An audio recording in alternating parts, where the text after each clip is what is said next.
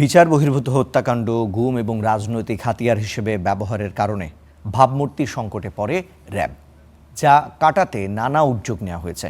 বদলে যাচ্ছে নাম এবং পোশাকও। এলিট বাহিনীর মহাপরিচালক জানালেন, আর কখনো রাজনৈতিক হাতিয়ার হবে না তারা। সাব্বির আহমেদের রিপোর্ট। 2014 সালের 27 এপ্রিল ঢাকা নারায়ণগঞ্জ লিংক রোডে আইনজীবী চন্দন সিনহা ও কাউন্সিলর নজরুল সহ 7 জনকে তুলে নিয়ে হত্যা করে র্যাবের বিপদগামী কিছু সদস্য। এই হত্যাকাণ্ডে র্যাব 11-র তৎকালীন অধিনায়ক লেফটেন্যান্ট কর্নেল তারেক সাইদ সহ 35 জনের বিরুদ্ধে চার্জশিট দেয় পুলিশ। এর মধ্যে 25 জনই ছিলেন র্যাব সদস্য। 2018 সালের 26 মে কাউন্সিলর ও টেকনাফ যুবলীগের সাবেক সভাপতি একরামকে ক্রসফায়ারের নামে হত্যা করা হয়। হ্যালো,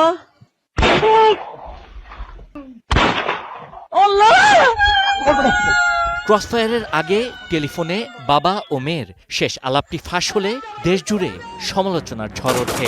বিচার বহির্ভূত হত্যাকাণ্ড নিয়ে দেশে বিদেশে তীব্র সমালোচনার মুখে পড়ে তৎকালীন সরকার।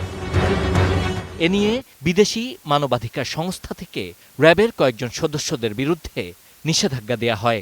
সবশেষ 2024-এর জুলাই আন্দোলন চলাকালে এই বাহিনীর হেলিকপ্টার ব্যবহার করে গুলি ও সাউন্ড গ্রেনেড নিক্ষেপের অভিযোগ রয়েছে। র্যাবের টিএফআই সেলে নির্যাতনের অভিযোগে বাহিনীর সাবেক অন্তত 17 কর্মকর্তা এখন আন্তর্জাতিক অপরাধ ট্রাইব্যুনালে বিচারের মুখোমুখি। এসব বিষয়ে স্টার নিউজকে দেয়া একান্ত সাক্ষাৎকারে র্যাব মহাপরিচালক বলেন, কোনো ব্যক্তির দায় বাহিনী নেবে না। কেউ যদি কোনো ত্রুটি বিচ্যুতি করে, আইন যদি ভঙ্গ করে, রাজনৈতিক উদ্দেশ্যে ব্যবহৃত হয়, সেই দায় তাকেই বহন করতে হবে। আমরা র্যাবের প্রতিটি সদস্য আপ্রাণ চেষ্টা করেছি যে দেশের প্রচলিত আইন মেনে আমরা কাজ করব, কারো দ্বারা প্রভাবিত হয়ে কোনো কাজ করব না।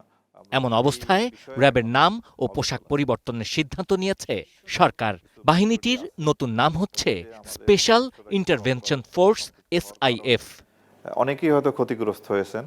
সেই ক্ষতিগ্রস্ত পরিবার যারা আছেন তারা হয়তো জানি না আমাদেরকে ক্ষমা করতে পারবেন কিনা, বাট আমরা সেই অতীত থেকে বের হয়ে আসছি। আমরা এখন আপনাদের পাশে আছি। শিগগিরই গেজেটের মাধ্যমে নতুন নামে কার্যক্রম শুরু করবে সন্ত্রাস, জঙ্গিবাদ ও মাদক দমনে সাফল্য পাওয়া এই এলিট বাহিনী। Sabbir Ahmed, star news, Dhaka.